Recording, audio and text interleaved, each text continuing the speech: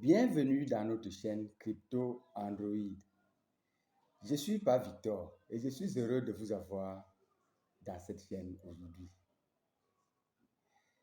Dans cette chaîne, on parle régulièrement des cryptos minés à partir des téléphones Android comme P-Network, Ice Network et bien d'autres projets encore. Ce sera également le lieu de découverte de nombreuses opportunités en ligne dans le domaine des crypto-monnaies. Si vous aimez ce genre de contenu, je vous prie déjà de liker cette vidéo, de vous abonner à ma chaîne et même de partager son contenu hautement instructif afin que d'autres personnes viennent partager leur expérience avec nous. Dans le cadre de cette vidéo, nous allons parler de Pi Network.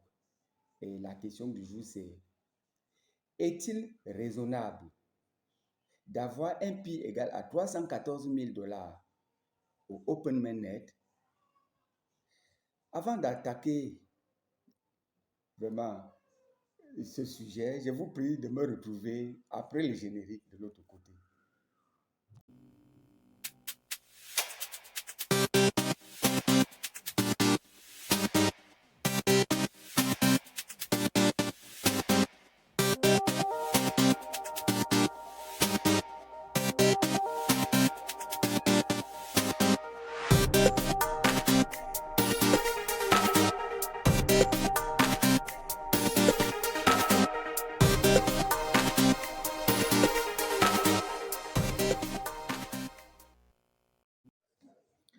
Un Pi au OpenMainnet vaudra-t-il 314 000 $?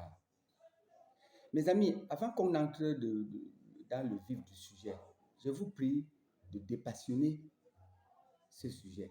Parce qu'en ligne, nous entendons les gens dire: je suis du GCV. D'autres disent: je ne suis pas d'accord avec le GCV, ainsi de suite. Non.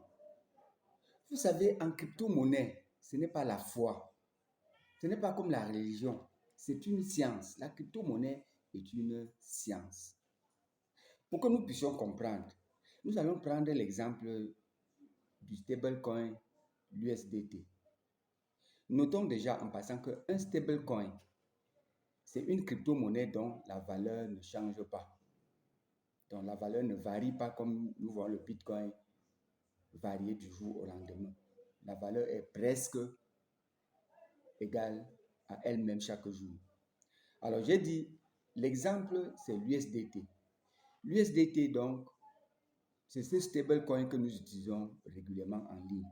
Ça veut dire que lorsque nous avons le Bitcoin que nous voulons prendre en CFA, en monnaie fiduciaire, nous sommes obligés de passer par un stablecoin pour convertir notre monnaie, notre Bitcoin en monnaie fiduciaire.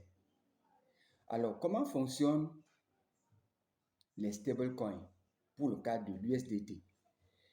Comprenons que dès le départ, en 2014, à la création du stablecoin, Tether a déposé un montant équivalent, je veux dire un montant de dollars équivalent au nombre de Tether qu'il allait mettre en ligne.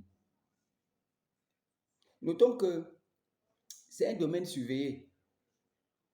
Il ne peut pas s'arrêter aux seules déclarations parce que quand il déclare, les organismes spécialisés doivent vérifier pour voir si ce qu'il dit c'est exactement ça, s'il a effectivement le même montant de dollars que le nombre de Tether qu'il veut mettre en ligne.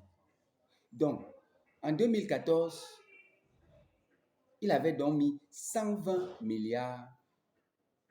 De toute façon, aujourd'hui, on a 120 milliards de dollars. En 2014, il disait qu'il avait autant de Tether que de dollars américains en stock dans ses comptes. En 2019, il a déclaré que ce n'était plus du 100% en espèces. Il a dit qu'il avait 75% en banque. Donc 75% des Tether qu'il avait en ligne, en banque. Et qu'il avait 15% dans des obligations et qu'il avait 10% dans les actions et des fonds communs de plateforme, etc. Et notons que après cette déclaration, il y a eu plusieurs vérifications en ligne et il a même été obligé de payer des sanctions lorsque les organismes spécialisés ont vu qu'à un certain moment, il voulait tromper l'opinion publique. Bien sûr, de nos jours, alors ce compte est régulièrement audité pour voir si le nombre de Tether en circulation est égal au nombre de dollars. Revenons maintenant au PI. Si nous voulons avoir un GCV à 314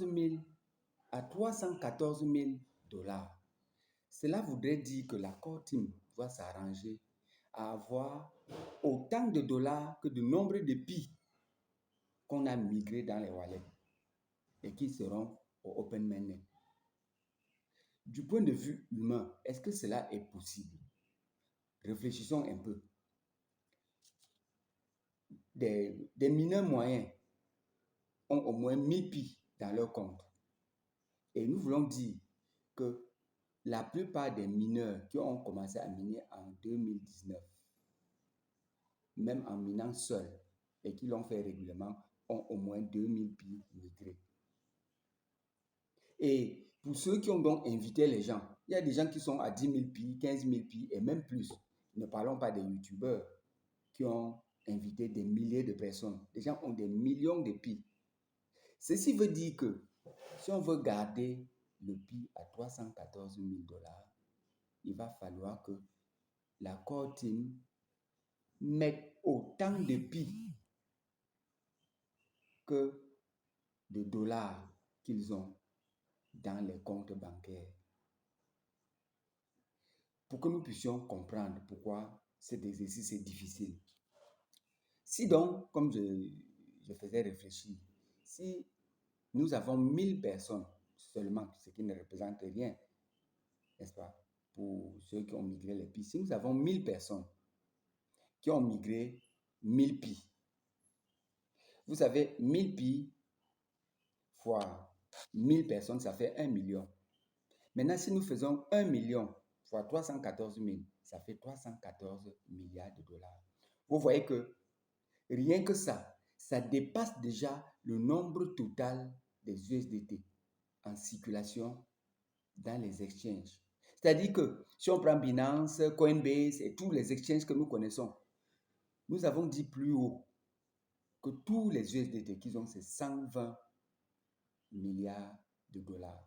Or, rien qu'avec 1000 personnes en PI, nous voulons accepter que rien que 1000 personnes doivent avoir plusieurs fois le nombre total de l'USDT en ligne maintenant. Non, c'est incroyable. Même M. Kokalis, avec sa core team, ne peuvent pas fournir en liquidité ce montant.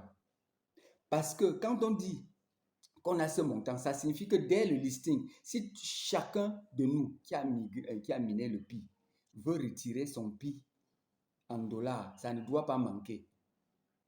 Vous voyez?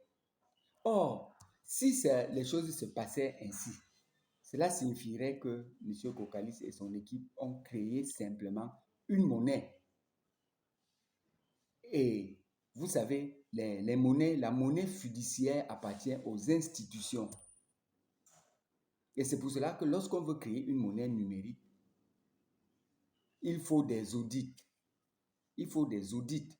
C'est pas, on ne décide pas du jour au lendemain que je crée une monnaie, je mets le montant comme ceci. Et vous avez remarqué que même après avoir fait le cas YC, de temps en temps, on continue des vérifications, n'est-ce pas? Oui, les organismes spécialisés ne veulent pas que M. Kokalis partage de l'argent de façon arbitraire à des personnes qui n'existent pas. C'est le contrôle. Il doit faire selon la règle. Donc, pour qu'il dise qu'il va créer un stablecoin, il faut qu'il mette la quantité d'argent équivalent à cela, et ce qui est impossible. Donc, à ce niveau, Nous comprenons donc, comme je vous ai dit d'entame, que vraiment, ce n'est pas la passion. Dépassionnons-nous. Il est logique d'attendre un pi, même si un jour, un pi pouvait être, exagérant, égal à 314 000 dollars. C'est sa valeur réelle. C'est sa valeur réelle à cause des utilitaires qui pourront faire que ça monte comme ça. Mais à ce moment-là, ce sera des valeurs qui peuvent fluctuer. Par exemple, comme vous voyez le Bitcoin. Le Bitcoin aujourd'hui, de nos jours, est monté à 106 000 dollars. Oui, c'est sa valeur comme réserve de monnaie qui fait que ça monte comme ça. C'est une valeur. Ça ne veut pas dire qu'il y a 100 000, qu'il y a 106 000 dollars réservés quelque part et endossés, en fait, qui endosse le Bitcoin. Ce n'est pas comme ça. Ça veut dire que si quelqu'un qui possède le Bitcoin veut avoir de l'argent, non, il va prendre son Bitcoin et vendre, avoir de l'argent fiduciaire. Donc, à tout moment, il n'y a pas autant de dollars que de Bitcoin. Mais si, à n'importe quel moment, un utilisateur particulier veut convertir ses Bitcoins en dollars, en USDT, non, il va dans n'importe quel exchange, la quantité de Bitcoin qu'il aura, il peut avoir l'équivalent. Mais il est impossible que tous les détenteurs du Bitcoin en un seul coup puissent changer tout le Bitcoin en USDT. On ne trouvera pas la monnaie équivalente pour payer tout le monde comme ça.